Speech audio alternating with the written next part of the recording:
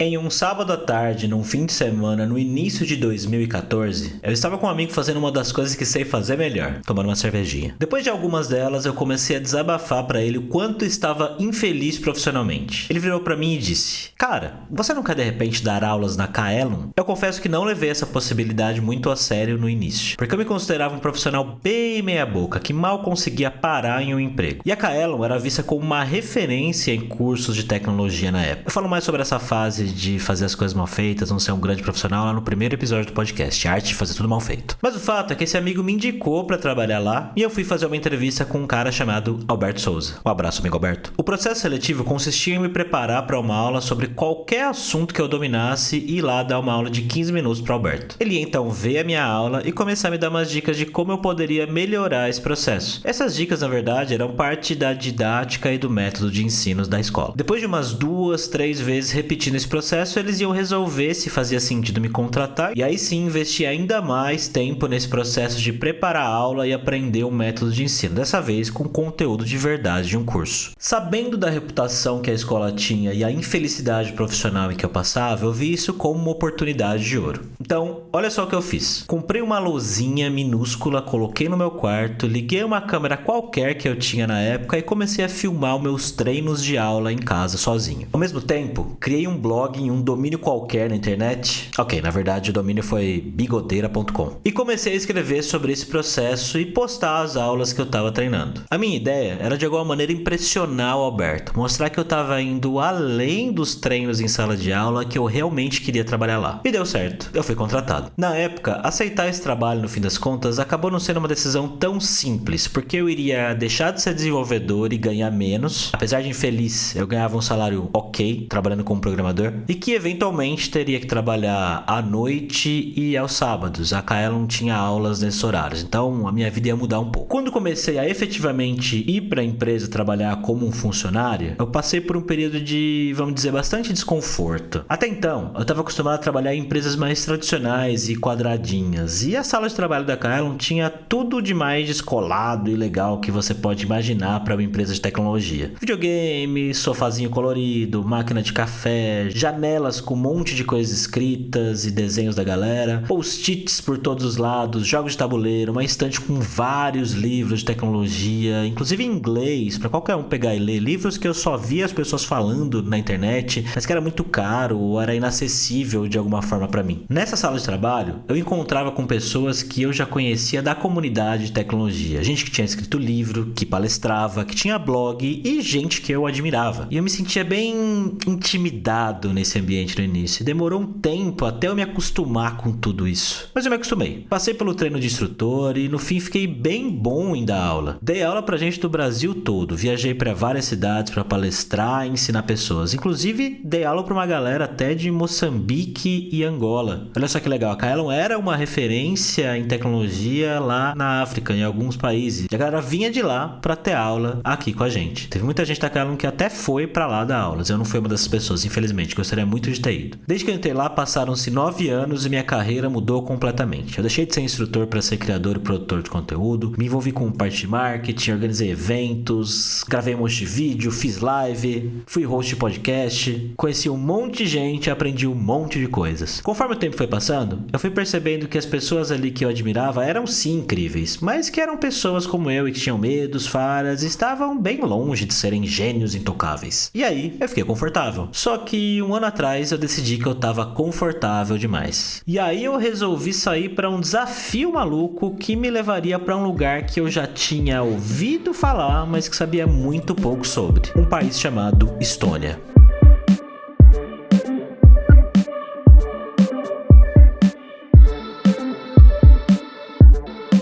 Olá, jovem. Eu sou o Gabs Ferreira e no episódio de hoje, conseguindo o emprego dos sonhos e ficando desconfortável.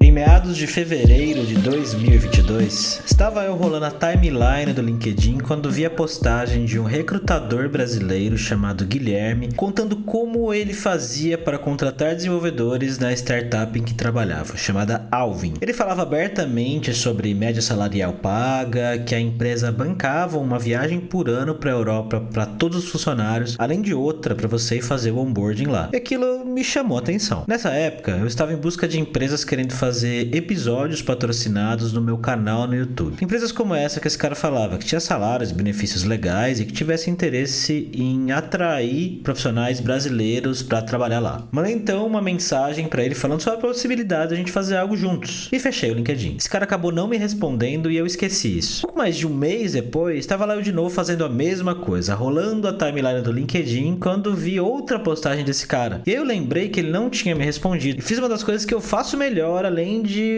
tomar uma cervejinha e procrastinar. Eu fui insistente. Eu mandei outra mensagem pra ele falando: ei cara, beleza? Você chegou a ver a mensagem que eu mandei aí em cima? Bora fazer alguma coisa juntos? A minha insistência valeu a pena e dessa vez ele respondeu e a gente marcou um papo. Expliquei pra ele que eu tinha um canal no YouTube, contei o que eu fazia com empresas e ele ouviu tudo, fez algumas perguntas e tal. Só que aí antes de desligar, ele disse: bom, é muito legal tudo isso aí que você falou, mas de repente, quem sabe, você poderia vir trabalhar aqui com a gente diretamente? E a minha resposta automática foi algo como: não sei, porque sinceramente eu não tava esperando essa pergunta e eu não tinha nem entendido direito ainda o que a empresa fazia, para ser bem honesto. Pedi uns dias para pensar e fui pesquisar mais sobre essa Alvin. Descobri então que ela era uma startup fundada por um inglês e um norueguês e que eles tinham construído um produto para times de dados entenderem melhor seus ambientes e usar seus dados de maneira otimizada. Tô dando uma versão bem resumida sobre o que eles fazem aqui porque é um pouco mais complexo que isso, tá? Mas não esquenta a cabeça. Descobri também que o primeiro funcionário dessa startup era um brasileiro chamado Marcelo. Mais que brasileiro, um mineiro chamado Marcelo. Nessa época eu tinha acabado de me mudar de um apartamento pequeno para uma casa que tinha uma coisa que eu sempre sonhei ter: uma banheira. Era um domingo à noite, eu tava na minha sonhada banheira, tomando um vinho, com o celular na mão, pesquisando sobre a Alvin, quando eu achei uma palestra do Marcelo no YouTube. Era uma palestra que ele fez para uma comunidade de profissionais de dados, onde ele explicava em pouco mais de 40 minutos quais eram os problemas que eles estavam tentando resolver na Alvin. E foi nesse momento que eu entendi de verdade o trabalho deles e parece que virou uma chavinha dentro de mim e eu decidi que queria trabalhar lá. Falei com o recrutador, o Gui, e ele se animou também, só que só tinha um problema: eles não tinham uma vaga para trabalhar com o que eu faço lá em aberto. Para te dar um contexto, o trabalho que eu faço se encaixa em uma área dentro de tecnologia chamada Developer Relations, que traduzindo literalmente significa relações com desenvolvedores. Empresas como a Alvin, que vendem produtos para pessoas técnicas como desenvolvedores e profissionais de dados, dificilmente conseguem vender esse tipo de produto usando técnicas tradicionais de marketing. Eles precisam de alguém então que tenha um background técnico, que entenda de verdade as dores e vontades dos potenciais usuários da ferramenta e comece a mostrar para essas pessoas como o produto da empresa pode resolver esses problemas e fazer o dia a dia deles melhor. E a gente faz isso através de artigos, vídeos, eventos presenciais e ao vivo e muita participação nas comunidades de tecnologia. Essa galera da área de tecnologia gosta de se reunir em grupos que a gente chama de comunidades para falar sobre trabalho, ferramenta, cultura e maneiras de fazer o trabalho melhor, além de várias outras coisas. E parte do meu trabalho é estar lá nessas comunidades todos os dias, conhecendo as pessoas, conversando, interagindo, vendo o que outras pessoas estão fazendo e eventualmente encontrando espaço para falar sobre o produto da sua empresa e como ele poderia resolver o problema das pessoas ali. Pois bem, o fato é que a Alvin não tinha uma posição aberta para esse tipo de trabalho. Mas, como eu falei, a partir do momento que eu entendi de verdade o que eles faziam e virou a chavinha dentro de mim, eu decidi que eu queria trabalhar lá. E decidi que eu iria convencer esses dois fundadores a me contratarem. Conversei então com o recrutador, ele marcou uma reunião com eles e então eu fiz algo que eu nunca tinha feito na vida. Eu preparei uma apresentação em inglês sobre mim, contando tudo o que eu já tinha feito na minha carreira até então e tudo que eu poderia fazer na Alvin. Até com algumas ideias que eu pensava em fazer logo no início caso eles me contratassem. No dia dessa reunião, que também seria o dia que eu faria a apresentação, eu lembro de estar bem nervoso. Mas, no fim das contas, eu fiz o que eu tinha que fazer e aparentemente consegui impressionar os dois gringos com a minha apresentação. Só que tudo que eu tinha mostrado para eles de conteúdo e coisas que eu já tinha criado e feito em podcasts, vídeos e artigos aqui no Brasil era em português. Então eles não tinham muita ideia de como eu trabalhava, sobre o que eu falava e como apresentava isso para o público. Então, eu propus para eles o que eu tinha falado lá no início pro recrutador. E se a gente fizer uma parceria com o meu canal? Vocês me pagam uma grana, a gente faz um vídeo falando da Alvin, eu escrevo um artigo em inglês baseado nesse vídeo e boa. E eles toparam. No fim das contas, olha só que legal, o meu teste pra Alvin acabou sendo um trabalho como freelancer. E o que aconteceu depois disso é que a gente gravou um vídeo, eu escrevi um artigo e eles gostaram bastante. Nesse meio tempo da produção do vídeo e do artigo, eu me mantive ativo conversando com eles diariamente sobre as possibilidades do trabalho. Adicionei outros desenvolvedores de lá do LinkedIn e comecei a puxar papo, falar que eu estava me aplicando para uma vaga lá, fazer perguntas sobre a ferramenta, o trabalho, como era o dia a dia, se eles me davam algum tipo de dica para conversar com as pessoas. E me abri mesmo, fui bem honesto, falei que era uma oportunidade importante para mim e que eu estava realmente muito interessado e qualquer coisa que eles pudessem compartilhar comigo que pudesse me ajudar, eu ficaria muito feliz. E eles compartilharam. Esse processo todo durou quase 3 meses, desde eu ter a primeira conversa com o recrutador até a entrevista com os fundadores e eu terminar de fazer um vídeo e um artigo para eles. No final, eles me fizeram uma proposta como eu nunca tinha recebido na vida, pagando o que eu queria receber, que era praticamente o dobro do que eu ganhava na época, para trabalhar de casa e ainda com a possibilidade de ir para a Europa, bancado pela empresa pelo menos uma vez por ano. E eu aceitei, é claro. Agora eu só tinha que ir para a Estônia para receber o meu kit de boas-vindas e fazer o meu onboarding. Mas espera, onde é que fica a Estônia mesmo?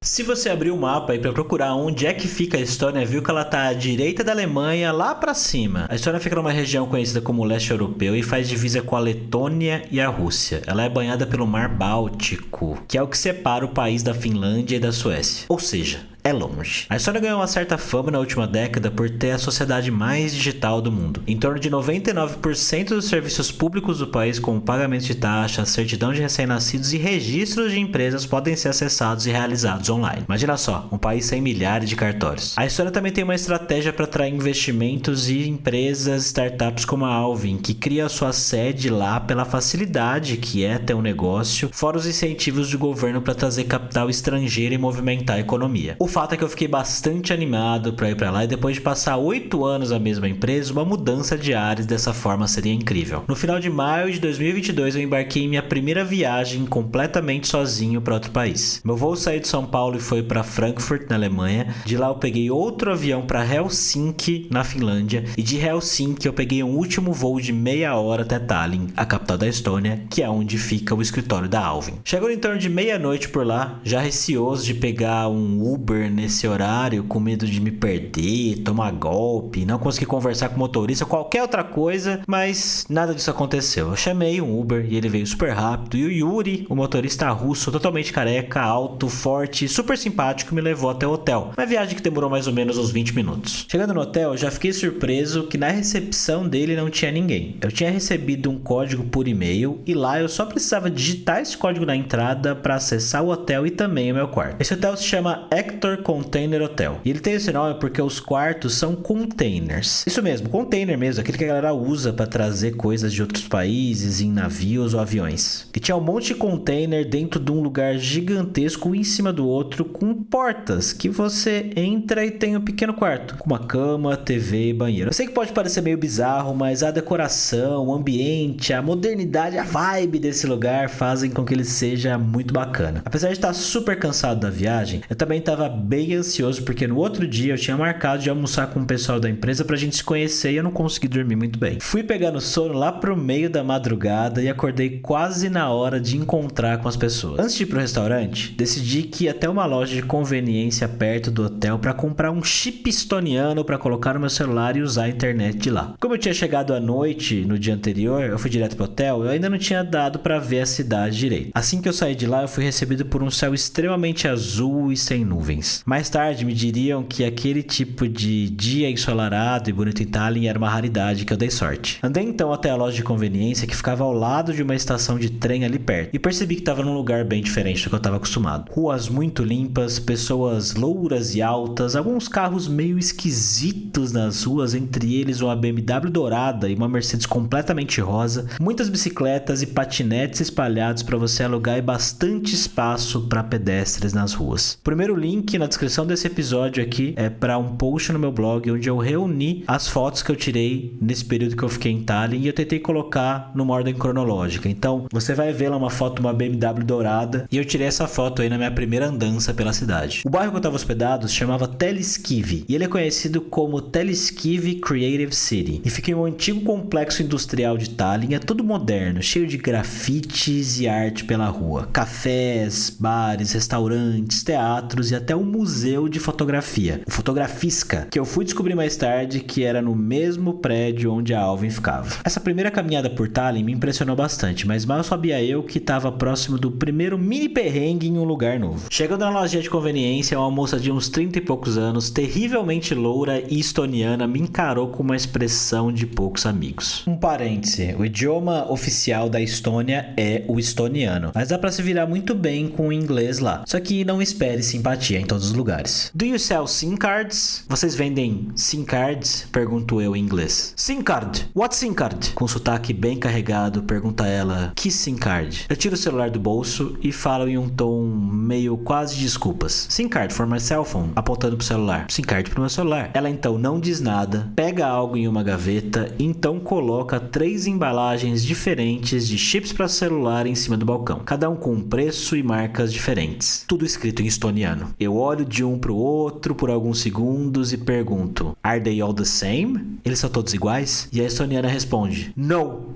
they're different. Não, eles são diferentes.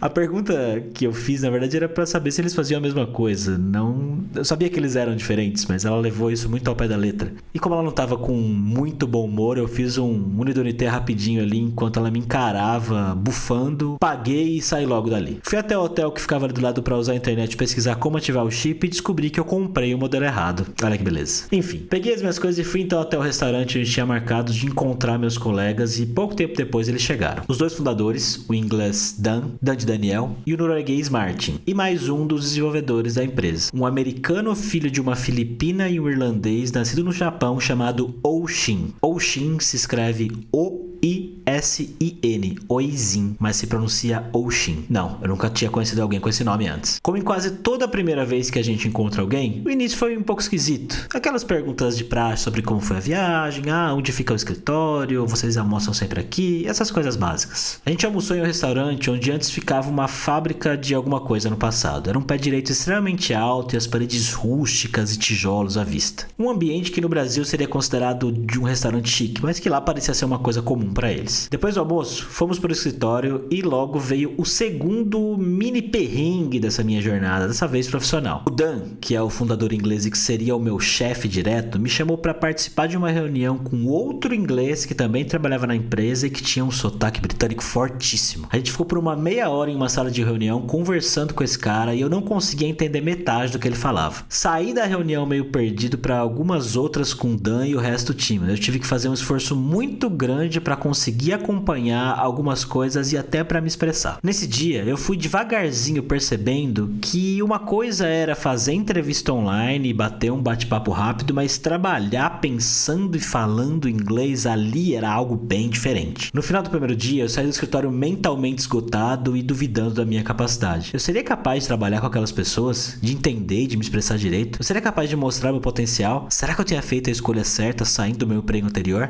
Com esses pensamentos na cabeça, eu saí para fazer fazer uma caminhada sozinho pelas ruas de Tallinn e conhecer melhor a cidade. Essa época era primavera lá, e conforme o verão vai se aproximando nessa parte do mundo, começa em junho, os dias vão se tornando mais longos, com muitas horas de sol. O que acontece é que 10 horas da noite, tá meio claro, parece tipo 6 da tarde, e caminhar pelas ruas da cidade com a luz assim não me fez querer voltar pro hotel. Eu andei por toda a cidade velha de Tallinn, conhecida como Old Town, que é um lugar completamente medieval, cercado por muralhas, com ruas de paralelepípedo, igrejas, praças, ruas estreitas, torres de pedra e coisas que a gente só vê em séries tipo Game of Thrones mesmo. Passei por vários bares diferentes, provei algumas cervejas, Tallinn tem cervejas muito boas, viu? E caminhei até bem tarde por ruas escuras e vazias, sem medo nenhum de ser assaltado ou qualquer outro tipo de ameaça. Um sentimento bem exótico, eu diria, pra quem é brasileiro e tá acostumado a olhar pra trás a cada 30 segundos quando tá em uma situação dessa na maioria das cidades do país. Mesmo caminhando tanto e provando várias cervejas diferentes, quando eu cheguei no hotel eu não conseguia dormir. Acontece que a ansiedade do trabalho e o fuso horário diferente me pegaram. Tallinn é 6 horas mais tarde que São Paulo e mais uma vez só fui conseguir dormir lá pro meio da madrugada. Nossa, eu odeio não conseguir dormir. Essa sensação de dificuldade pra pegar no sono demorou vários dias pra passar. Então eu comecei a fazer longas caminhadas e passeios de patinetes alugados na rua quase todos os dias. Eu fiquei 2 semanas em Tallinn, onde aos poucos eu fui conhecendo melhor meus colegas de trabalho e me habituando a falar inglês todos os dias. Foram 2 semanas mais pra me habituar, conversar e conhecer as pessoas do que efetivamente fazer algum trabalho concreto. E nesse tempo eu fui gradativamente passando por um processo parecido com o que eu passei lá na Kaelon. Eu fui percebendo que as pessoas ali eram só pessoas normais, que ninguém se importava com o meu sotaque falando inglês. Tava todo mundo só tentando fazer o seu melhor trabalho ali. Foram dias incríveis. Eu andei muito pela cidade de Tallinn, conheci bastante gente legal, inclusive um casal de brasileiros que tem um perfil no Instagram chamado Teretallinn, que dão dicas e mostram como é o estilo de vida lá na cidade. Fui até a casa deles para assistir a final da Champions League entre Liverpool e Real Madrid. Na verdade não era a casa deles, mas de um amigo deles, mas de qualquer forma foi muito legal. Vou deixar o perfil aí na descrição para quem quiser seguir. Andar sozinho pelas ruas de uma cidade medieval me fez pensar em muita coisa sobre a minha vida. Eu tinha a sensação de que tinha conseguido algo incrível, que tinha o potencial de mudar a minha vida, tanto pelas possibilidades profissionais que se abririam depois disso e também pela questão financeira, que mudou bastante. Só que também tinha uma sensaçãozinha esquisita lá no fundo da minha cabeça que eu não tava prestando muita atenção, mas que me incomodaria mais tarde. Sabe quando você almeja uma coisa que parece muito grande pra você, que parece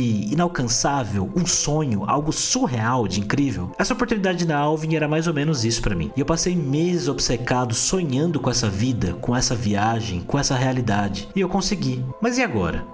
Eu consegui e preciso manter as expectativas. Preciso fazer um bom trabalho. Quais os próximos passos? O que eu vou almejar agora? Qual é o meu objetivo? Depois dessas 2 semanas, eu voltei pra casa energizado e com uma vontade muito incrível de fazer o meu trabalho. Cheio de gás pra fazer a empresa dar certo e ir pra frente. Só que não. Na verdade, aconteceu uma coisa que eu não esperava. Eu voltei e comecei a me questionar ainda mais se era isso que eu queria, se eu tinha feito a escolha certa. Só que isso é uma história pra outro episódio.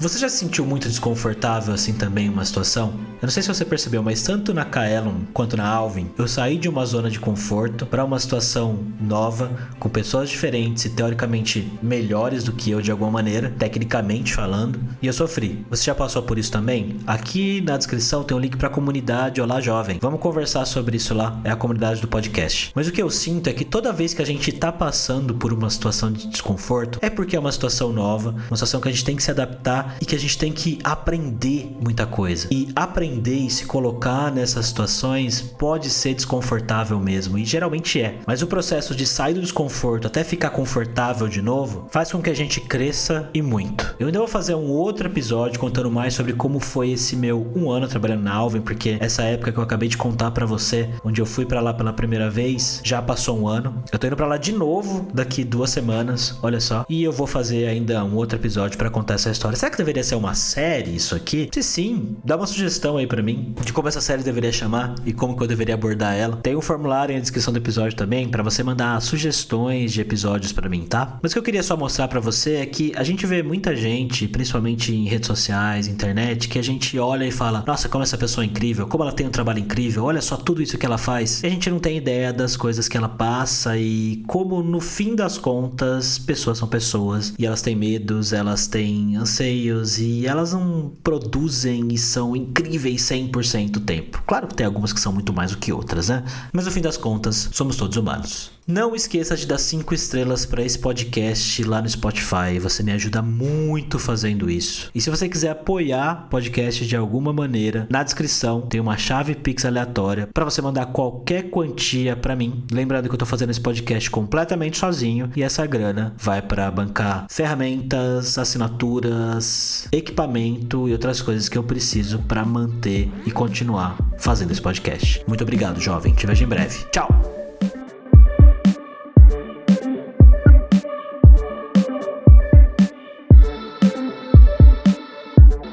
Esse podcast foi mais uma vez escrito, produzido, editado e publicado por mim, Gabs Ferreira. A trilha sonora do podcast que você está ouvindo agora foi criada por um amigo meu, produtor musical, o Rafa. Link para você ir lá fazer um som com ele tá na descrição também.